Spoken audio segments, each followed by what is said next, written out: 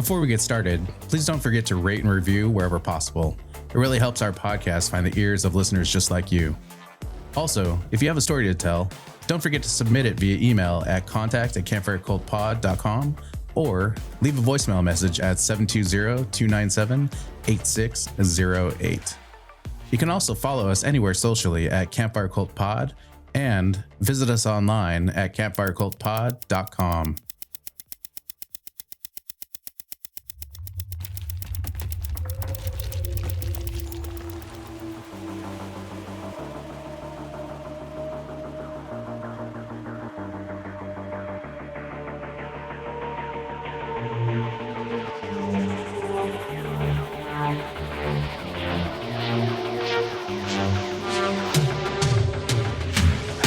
Welcome, dear listener, to the Campfire Cult Podcast. From a camper van deep in the haunted woods, I bring you first-hand accounts of chilling encounters with the paranormal. Step into the night and take a peek into the realm where reality and the supernatural collide. My name is Jazz, and I'll be your host.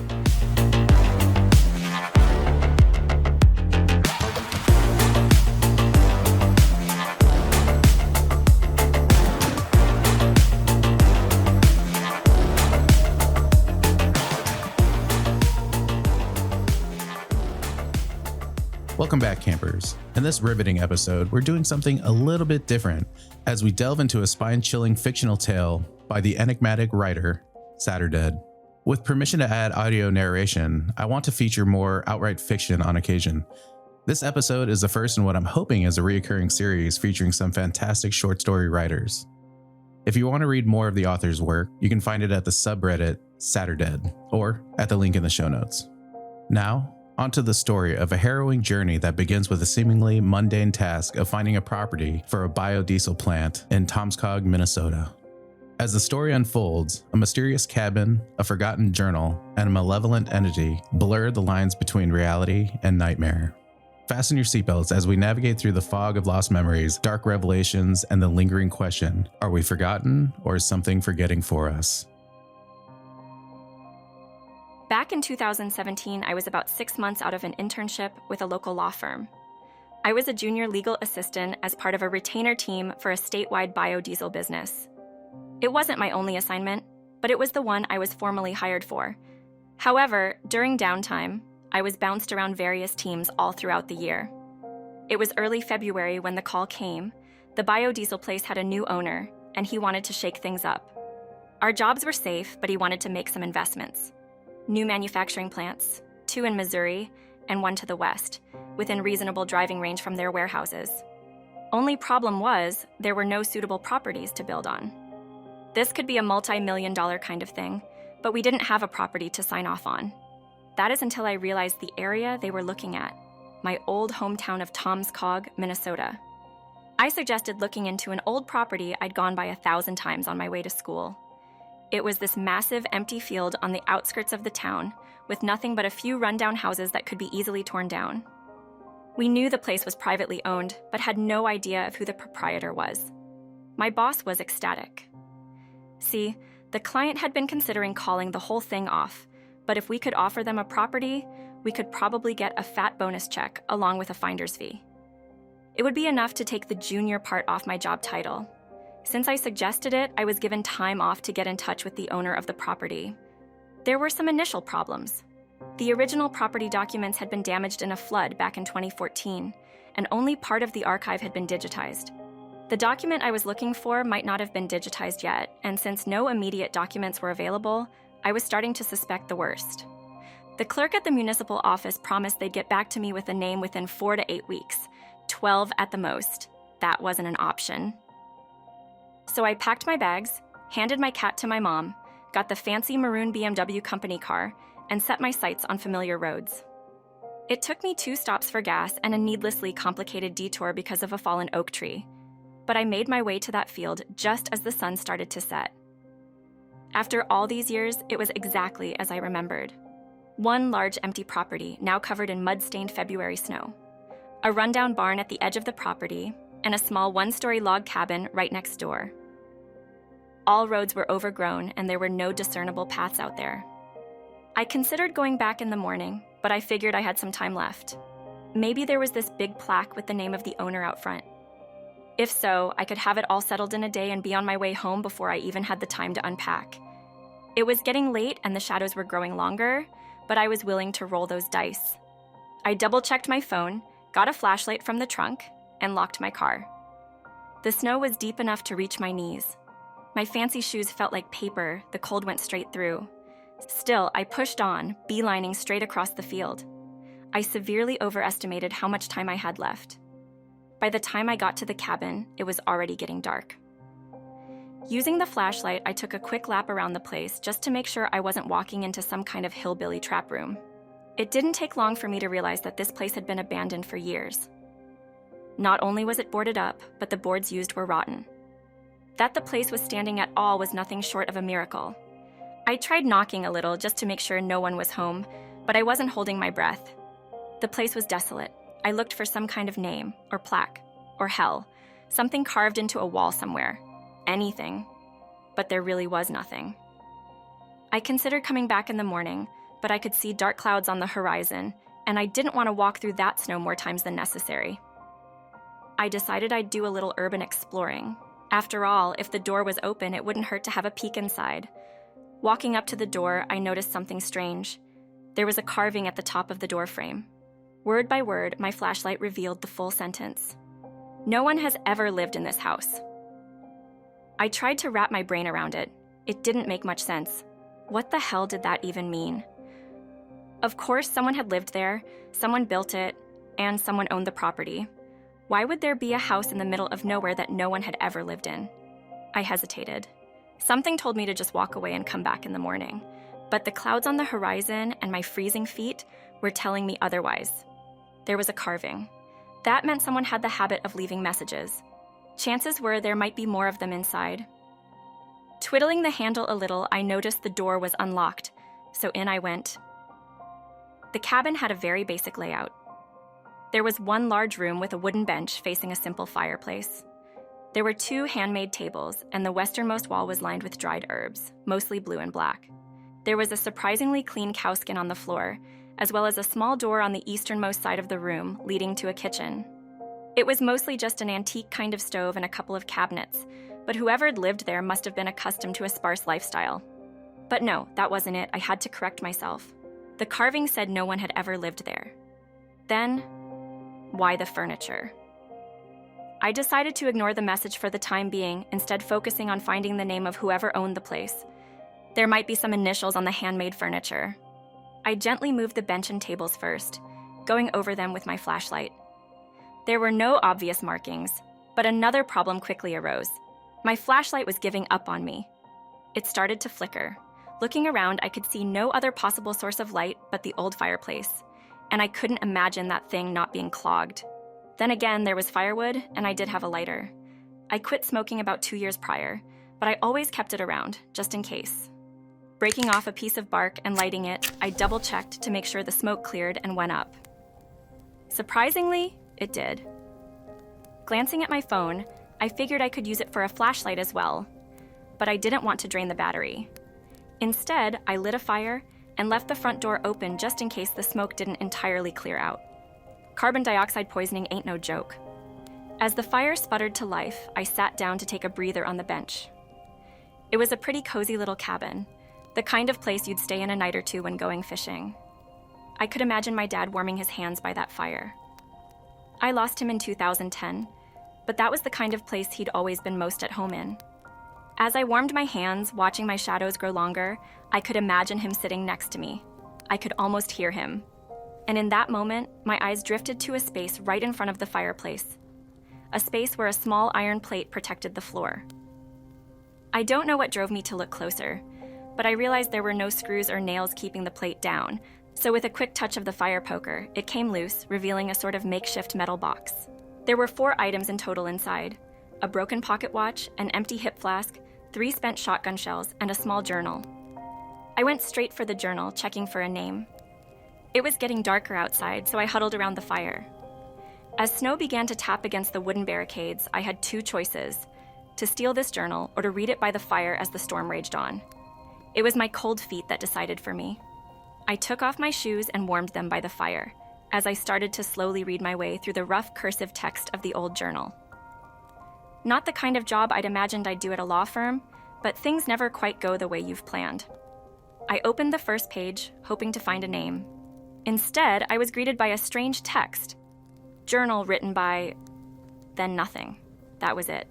No name. Just that. I turned the book over, back and forth. No name anywhere. I kept reading.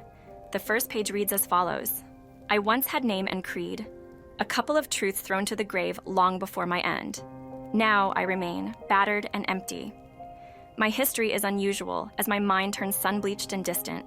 My heart burns of wrath, but I cannot recall as to why. I turned the page. I couldn't help but to be intrigued, if not for any other reason than to find the name of the author. This house is not my property, and to my recollection, no one has ever lived here. He proceeded to discuss at length the part of his history that he did remember. Growing up in Wisconsin, being the son of a shoemaker, little anecdotes of a long life. His first kiss, his first love, his first house. But the further along he tried to remember, the foggier it got. I was starting to think I might never find a name, but I wasn't sure why. At some point, the author recalled something happening. He couldn't explain what, or why, or where, but he could recall something upsetting his routine. Something came to him, and it made him upset. He spoke about putting up barricades, keeping a loaded shotgun at the ready, and locking himself inside for days on end. It might have been here that I made my stand, he wrote. It could be, it should be, but I can't say that it was. He would go on to detail some sort of struggle, but he couldn't picture what it was against. The text was so strangely written. I could tell there were segments, as if written piece by piece, but it was impossible to tell just how much time had passed between them. Even in the journal, the author lamented on large segments of time randomly missing. I couldn't help but to consider the other items in the box, in particular, the spent shotgun shells. The author proceeded to explain how he'd broken the pocket watch as it had frustrated him. He was losing track of time. He might think 10 minutes had passed, only to realize the entire afternoon was gone. He broke his watch as a reminder that he couldn't trust himself anymore. Maybe I'll remember that, he wrote. Or will the watch unbreak itself? I was disrupted from my read by a sudden noise. Looking up, I could see the fire was dying out, but the sound actually came from my phone. Turns out it was my automated time to go to bed alert. I'd been sitting there for 6 hours. That didn't make sense. I stood up, clutching the journal. There was nothing there. The cabin was empty, but I couldn't escape this sudden sense of dread. Like something awful had just happened, but I couldn't say exactly what. Looking down on the journal, I suddenly realized that I felt exactly as described by the author. I felt this unexplainable anxiousness, like that uneasy feeling you get when you feel that someone is watching you, only more palpable. Standing up with my back to the fireplace, I continued reading. He continued to explain how his flask was empty, but that he couldn't remember drinking from it. He detailed his plans to conceal a few items, along with his journal, for an entire day, just to see if he could remember to retrieve it. But not yet, he lamented. There are trespasses to deal with. This was where the spent shells came into play. The author revealed how he'd found a group of strange trespassers. He'd taken them all out with his shotgun. He wrote in detail about shooting 3 times, but that he couldn't remember anything about them. Men, women, or children. There was no way to tell. I buried them by the barn, he detailed. It seemed like the right thing to do. Why am I crying? As the journal neared its end, the author tried to summarize his remaining thoughts. Something came to him, wherever he was. It did something, and as a result, everything was destroyed. He was devastated, but couldn't even remember why. It was like muscle memory. Something in his body was remembering the sadness. I inscribe upon this door, he wrote, that no one has ever lived here. I do not recall this place or anyone living here. It serves as a warning and a reminder that this is not my home. And with the final page, the author documented putting it all in a sort of hidden lockbox in front of the fire. He would do so for 1 day to see if he could remember retrieving it. Evidently, he couldn't. With the final words on the final page, he gave one last piece of insight, perhaps in a moment of clarity. It started when I lit the fire, he wrote. Everything turned worse after I lit the fire. Looking back at the fireplace and the sputtering logs, I slowly came to the realization of what kind of situation I'd put myself in. I had accidentally followed the footsteps of a man who used to be in that cabin. A man that might have owned it but couldn't even remember it. Or who knows, maybe he was just passing by. I decided to take my chances and just leave. I brought the journal along, opened the door, and prepared to brave the weather. But something happened, right then and there. Something made me stop, and I just stood there. I stood there long enough for my hands to turn blue, and I only snapped out of it when a snowflake hit my eye. I wasn't alone. There was something there, and it was doing something to me. I had rung the damn dinner bell. Thinking about it, it feels a bit like being eaten alive. Not physically, but the same feeling remains. This heedless consumption, something taking an intimate part of what makes you, into you, and tearing it away. That's what I still remember. That's what it feels like. But it is hard to explain something I can't remember. It feels like a void in your mind, but you have this instinct to fill it with something bad. Like watching a scary movie and knowing something horrifying is about to pop up. Every time I think about it, trying to picture it in my mind, I get that same feeling. Sometimes my mind fills it as a sort of organic darkness, roughly shaped as a person. Other times it's just some guy. It changes whenever I look back at it, because there's nothing there for me to remember, so my mind fills in the blanks. But who's to say that all those blanks are false? I turned around and realized I'd been exposed to this thing. It was doing something to me, and it was bad enough to make me run headfirst into the dark. Looking back at this, all I really remember feeling was that immense panic. A prey reflex, like trying to escape a wild animal. I ended up in the old barn, where I hid behind a mound of debris next to one of the collapsed walls. My fingers were freezing, but I was going to call for help no matter what. Only problem was I couldn't remember the code to unlock the phone. I tried, but between my fingers being too cold to register and something unfathomable approaching from just around the corner, I decided it was better to hunker down and be quiet. Because while I can't remember anything about the physical features of it, I remember thinking it wasn't very perceptive for some reason. It passed me by, but I couldn't make any sounds without revealing my position. Calling for help was out of the question. Instead, I turned my attention back to the journal. My lock screen had a bright picture blurred in the background, allowing me to use it as a makeshift mini flashlight of sorts. For some reason, I wasn't afraid that the creature would spot me visually. Perhaps it didn't have eyes. I turned the pages back and forth, looking for a particular segment. There was something about the weapon the author had used to deal with the intruders that left me wondering, but I could barely make out anything in that journal. Between my pounding heart, my freezing hands, and the strange thing lurking about, I couldn't make heads or tails of the damned cursive text. I can't remember what kind of sounds the creature made, but I can remember the sounds the environment made when it passed. I remember wood splintering as something climbed the walls. I remember creaking wood from a sudden weight coming down. I remember a door splintering as it was torn from its hinges. Finally, I found the page I was looking for. Just after talking about how he didn't know why he was sad about killing the intruders, the author wrote, "I threw the damn thing into the hayloft. I have not been able to retrieve it as the memory of its shape eludes me." How does one recognize a weapon that one has no recollection of ever wielding? I waited for the entity to step outside before I made my way upstairs. It is a strange feeling, trying to balance the instinct to run with the obsessive thought of staying quiet. Every creaking floorboard sent shivers down my spine, curling my toes in anticipation of something running me down. But nothing happened. It didn't take long for me to find it, an old double-barreled hunting rifle.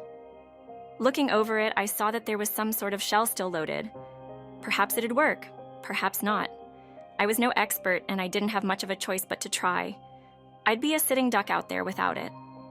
After all, I couldn't remember where I'd parked my car. I decided to go on the offensive. I made my way down the stairs a little too quick, and before long I heard the scurrying noise as something entered the old barn. I remember standing a good 15 feet away from it and raising the weapon towards it. It stopped, but so did I. For a while, we just sort of circled one another. I remember my movement being in response to a threat. Is this eating or play? I asked. If this is you eating, I bet all those memories disappear after a while. Digested. then you wouldn't remember what this is or what it does. But you do, don't you?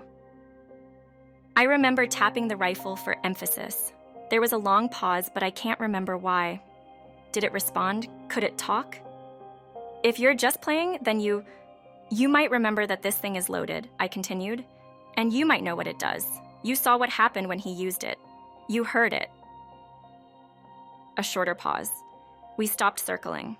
I gripped the weapon tighter and stepped forward, advancing. If this was a consumer and it worked in any way like we do, it would absorb and convert what it fed on into some sort of nutrient. But if it was just collecting for some reason, then it would have this archive of thoughts to recollect from. That was my reasoning, or maybe it was just clever. Maybe it was just as clever as I was. I made my way back outside. Even in the newly fallen snow, I managed to find what remained of the path I'd made when I first got there. I walked backwards down the path, my rifle steadily aimed at something. I didn't want to pull the trigger. If it misfired or I missed, I was dead. Just having the means of defending myself was enough to keep it away. For now, I think it had left some sort of toxin in me. Despite not being anywhere near me, I still felt the effects of it. I kept falling into this sort of fugue state, getting turned around and losing grip of where I was going and why. At one point, I was just standing there, gawking at the dark, as my rifle thumped to the ground. But there, in the dark, a memory surfaced, the same memory I'd felt back at that cabin. Thoughts of my dad taking me fishing. Back then, we'd worn rubber boots, and instead of snow, there was mud. It was still deep, and I had to walk the same way that I did in the snow. Maybe that's what triggered the memory to begin with. I tried to keep that image in my head. The anticipation as we gathered our bait, learning how to tie a proper knot, getting the correct measurements for the distance between the hook, the weight, and the bobber. I could almost hear the spinning fishing line as the red and white bobber sailed across the lake. Just holding on to something I knew I couldn't forget was all I needed. It became this sort of bedrock, keeping me from completely losing my mind and focus. I could keep going, holding on to something I knew to be true. It was a backstop, keeping me from losing track. I grabbed the rifle and pressed on. As I did, I remember something rustling at the nearby trees, retreating into the woods. By the time I made it back to my car, the toxin had completely taken hold of me. At that point, I had little to nothing to hold on to, but for a few cherished memories. I crawled into my car, locked all the doors, and tucked myself into a fetal position in the back seat, still clutching the rifle. My body didn't know how to react. I was hot, cold, wide awake, and deeply unconscious, all seemingly at random. I would lose my sense of object permanence, bobbing my head back and forth, completely forgetting what I was doing and what was even happening. At one point, something made the passenger door creak. Maybe someone tried to open it. Luckily, all doors were locked and I had the keys. I remember laying in the back of the car, raising the rifle. Then there was a pause. A long one. Something made me shake my head. It made me angry and afraid. Very afraid. It left me with this sense of a rabbit being stared down by a pack of wolves. I had something it wanted, something it deeply valued. Again, this creature is just this nothingness. I can't recall what it looked like, or if it was even a physical being. From context, I think it could talk. I think it said something to me that I didn't want to hear. And to this day, when I think of it, my mind just conjures these otherworldly horrors. Teeth, skin, claws. But I didn't lower my rifle, not for a second. I didn't try my luck, and I didn't challenge fate. And by the time the sun rose, it was gone. And with it went the sweats, the confusion, and much of the memory voids. First thing I did was check the shotgun shell. Turns out it was already spent, empty. That leaves a lot of questions, uncomfortable ones. If that thing was just collecting, it would have known that I couldn't hurt it. If it knew that, why'd it let me go? Did I trade it something? How would I even know? But if it was just feeding, then how'd it know to stay away from the rifle? I have managed to put this story together piece by piece. Some of my memories are still a bit touch and go, but this is the most complete retelling I can make. I've tried to fill in as many blanks as I can, but it's hard.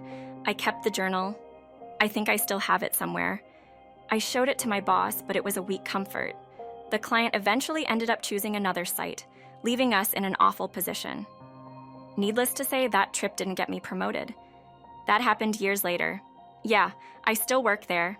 Same firm. I get the feeling that this thing didn't just make people forget things. It made people be forgotten too. Despite all my efforts, not a single person I've met or talked to can remember anyone ever hearing anything about the people who used to live here. Even the cleric at the municipal office kept forgetting I'd even made the request to inquire about the land to begin with. That might have just been laziness, though, but I get this feeling that I'm missing something. Even though I've wrapped my head around most of this and most of what happened out there, I often get the feeling that I lost something. In those moments when everything in the world feels uncertain and half true, I look back at that day with my dad. I listen to the spinning of the fishing line. But here's the thing, this is what bothers me. This is what made me want to post to kind of save this for posterity, like a journal of my own, hidden by my own fireplace. Lately, I can't remember what my dad's eyes looked like. Am I just forgetting, or is something forgetting it for me? That's all for tonight, dear listeners. Once again, I'd like to thank Saturdead for allowing me to feature this story in a podcast episode. Let me know what you think. I'd like to do more of these episodes in the future. But until next time, I'll be leaving you in the dark where whispers linger and shadows dance. Stay wary, sleep well, and beware the whispers in the night.